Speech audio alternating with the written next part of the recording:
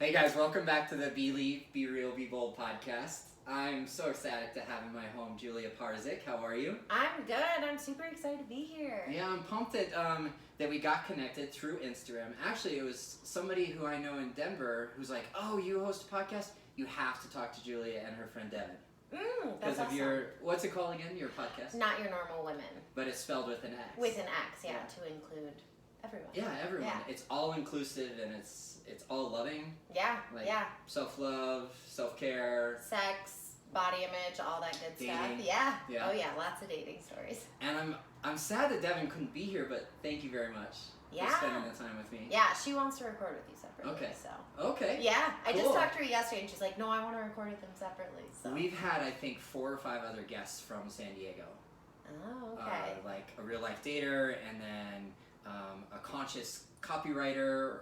Oh, I love that. Well, and Devin's dating is like very different because she's Yeah, bisexual totally. and like monogamish. Monogamish. I love Yeah. that. I love that term. I know.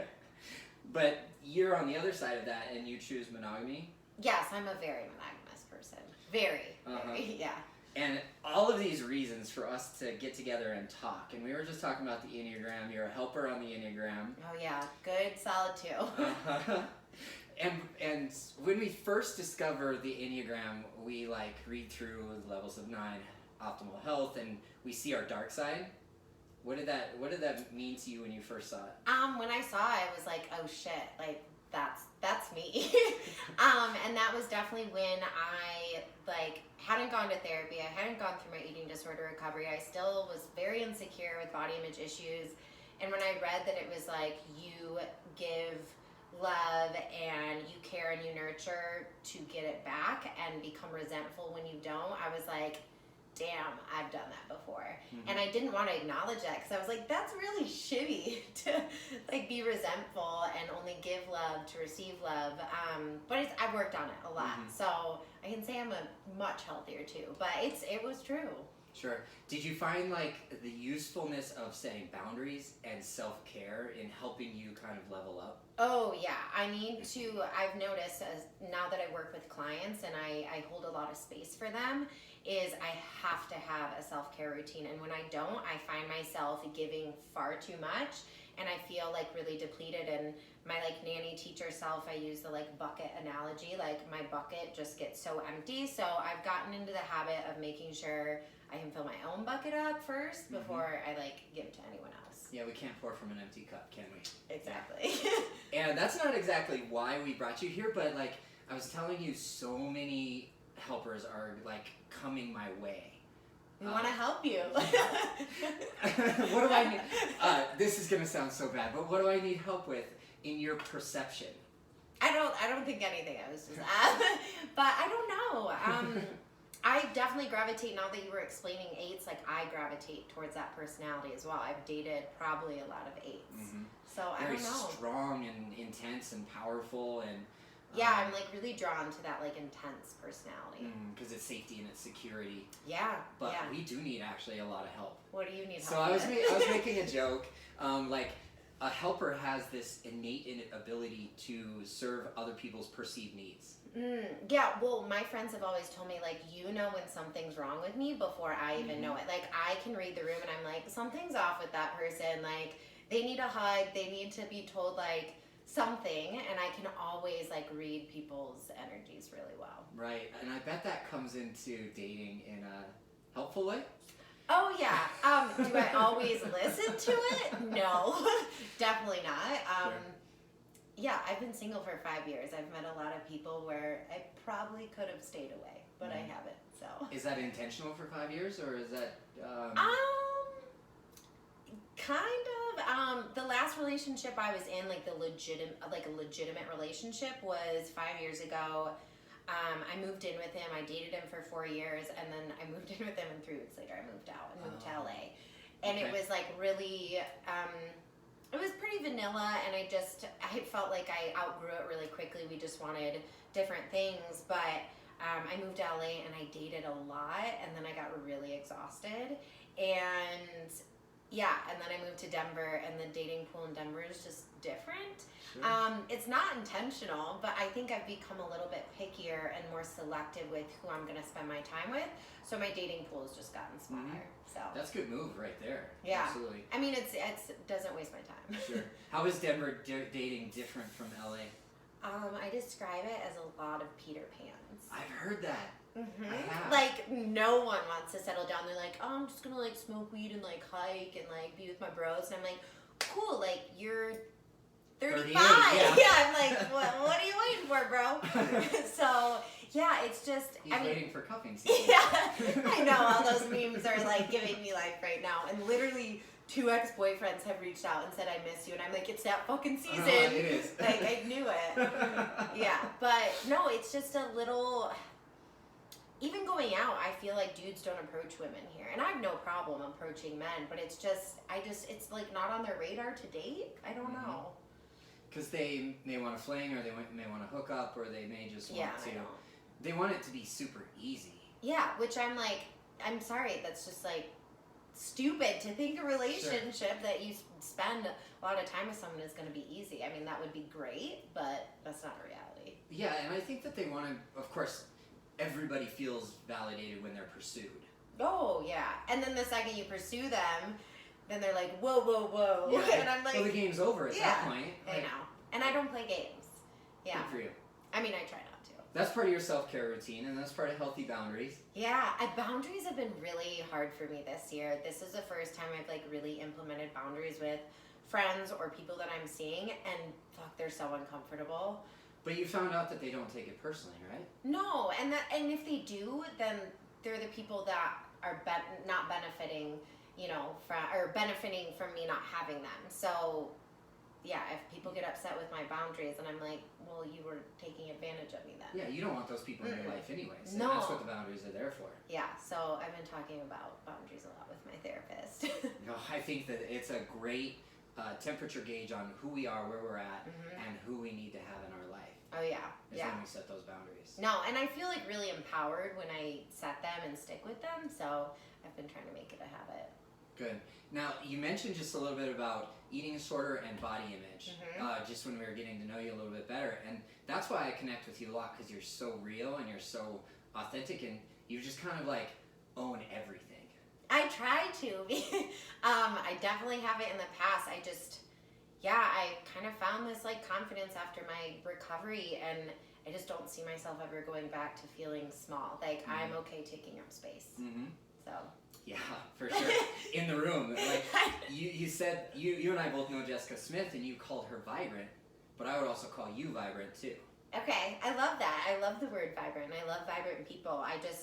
Everyone I surround myself with, I think in my life right now, is really vibrant, and they just aren't afraid to like be seen in a room, I guess. And I love that. So when did you come to a point in your life when you said, well, enough is enough, I want to change my self-image, and I want to boost my confidence, and I want to make a great change in my life? I was 24. I'm 29 now. I broken up with the boyfriend that I was seeing, and I moved out to LA, and I told myself, if I go out to LA, I cannot continue this like body image shit, because it's like the mecca of eating disorders and body image issues. And so when I moved out there, I wasn't active in like my bulimia, but I was definitely orthorexic and obsessively clean eating and counting every calorie and working out all the time. And I remember just like I was nannying, and I was just sitting there, and I was like, shit, I'm so fucking tired and like emotionally just drained and constantly giving like I need to do something for myself. And I decided to seek out a therapist that was in anxiety and like body image stuff. And when I went to go see her, I didn't realize I still had issues with like my body image and eating disorders so much. And she was like, no, like you're still in it. It's just being masked in other ways. And so I worked with her for 2 years. I still see her now. I just like see her virtually. And then I got a registered dietitian, and for like 2.5 years, I worked with her. And it was the most life-changing experience. I always thought I would have issues with my body image or eating or whatever. I never actually thought you could recover from an eating disorder like fully. And now that's actually my job, is I help women recover from eating disorders. So it's come full circle. I have like my dream job right now, and yeah, it's been pretty fucking good. So I'm really happy. Yeah, you found your lane and you're sticking to it. Yeah, I don't know how it like came together, but I was thinking about it the other day and I was like, shit, like this is awesome. So. Mm-hmm. And when you started to share your story, say like on Instagram, which is how we've gotten to know each other a little bit better, did people start gravitating to you? Yeah, so I had no intention of becoming like a quote unquote influencer. I changed my name to Fit Fat and all that probably when I was back in Michigan, and I got some shit for it when I started kind of like sharing like bikini photos or like body image stuff, and trolls like calling me fat. And at one point I was like, I'm deleting it all, like screw this, people are mean. And then my mom was like, no, this is exactly why you're doing this. And so when I moved out to LA, I started networking a lot, going to a lot of like workshops and events, and just like, I call it with my clients like creating a body positive bubble or like a safe space. I like unfollowed a shit ton of people that made me feel like crap, or I compare myself to, and really surrounded myself with all of these women that embodied exactly what I wanted. And yeah, people just loved what I was sharing, and it just kind of blew up. And now I hold workshops and events, and yeah, my following just kind of naturally grew as I shared my story, and it holds me accountable to continue on this journey of like feeling confident in who I am. Mm-hmm. And what were those like major steps in order to build that confidence? One, therapy you talked about. Yeah, therapy, game changer.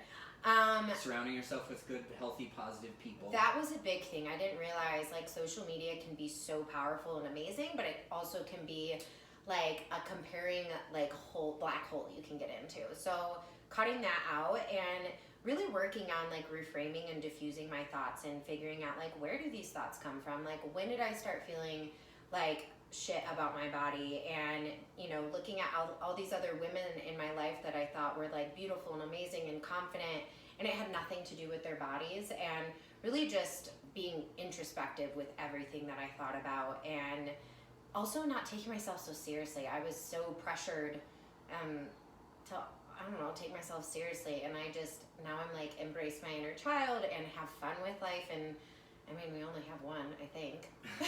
But we could totally get into that philosophy for a whole nother hour. But let's just put it into perspective of like, now that I know you're a helper, we didn't talk about that before. Yeah. But their biggest life lesson is to understand how to deal with shame. Mm-hmm. Oh yeah. And knowing that, being more self-aware of that one key component, setting healthy boundaries on social media, surrounding yourself with like healthy, positive people, and then also understanding that tendency of yourself to feel shame. Oh yeah. Like, and now the inner child is pretty much like running the show. Oh yeah, I mean, eating disorders and shame go hand in hand. And like Brene Brown, my girl, I love her. Spirit animal. Yeah, I love her so much. She's helped me so much, and she doesn't even know. She knows. Yeah, she does. You're right. 60 million views on YouTube for a TED Talk. Yeah, I've watched it like 15 times. times. Yeah, she's just.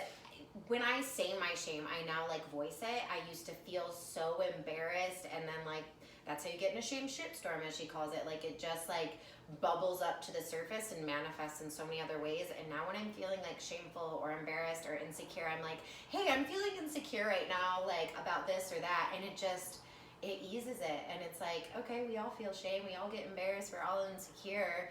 And I talk about it. So yeah, that's definitely been helpful.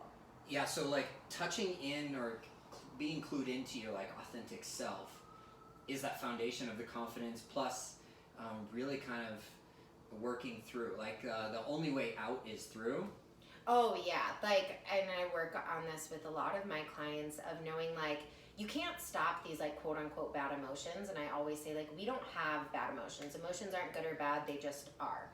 And knowing that to find happiness and joy, like you have to work through these uncomfortable emotions, and it's okay that we have them. Like, nobody's perfect. And I'm reading this book called The Happiness Trap on how like we actually get stuck and feel more down when we try so hard to be happy that it actually does quite the opposite. So I know that I have to acknowledge that this feeling's uncomfortable and to work through it, or whatever coping skill I need to do in that moment. And it's just been so refreshing knowing like I don't have to sit in this like depressed, anxious state all the time. Because before it was like, oh my gosh, I'm just an anxious person all the time. And that's like the mindset I had. Sure. like the compound effect, where one positive thought on top of another, on top of another, on top of another. Oh yeah. Changes the spiral upward instead of Oh downward. yeah, because before it was like downward and Always, down. Yeah, and it always, was like, yeah. so if this happens and this, and then Yeah. I'm like, yeah, I'm a very anxious person naturally. I'm a worrier. And slightly critical, like self-critical too. Oh yeah. Yeah. I mean, good old mental health. Well, you're not alone there, for sure. No, and that's the thing is realizing like we all have this. Like it's not uncommon at all. It's just a lot of us don't talk about it. And I'm like, here's my shit, take it as it is, you know, like I just put it all out there. For the betterment of other people's lives too.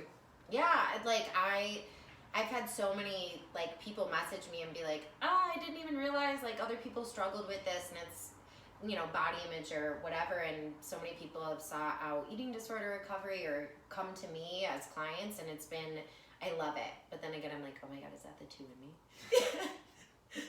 Remember your boundaries, Yeah. remember your self-care, and then you'll just climb the ladders of the levels of health. Yeah.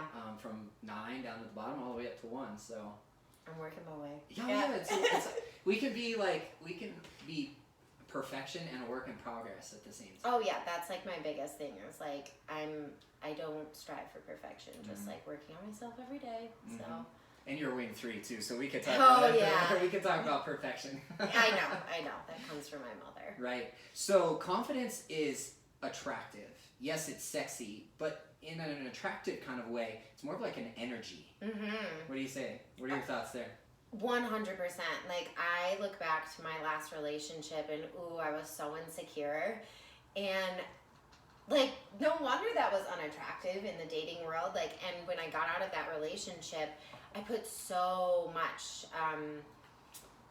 of my worthiness and my feeling of loved and all of this into men wanting me, and like me trying to like find this confidence in other people, and that's so unattractive. Because I've dated someone that was really insecure, and I was like, holy shit, was this me in my last relationship? Because this is driving me crazy.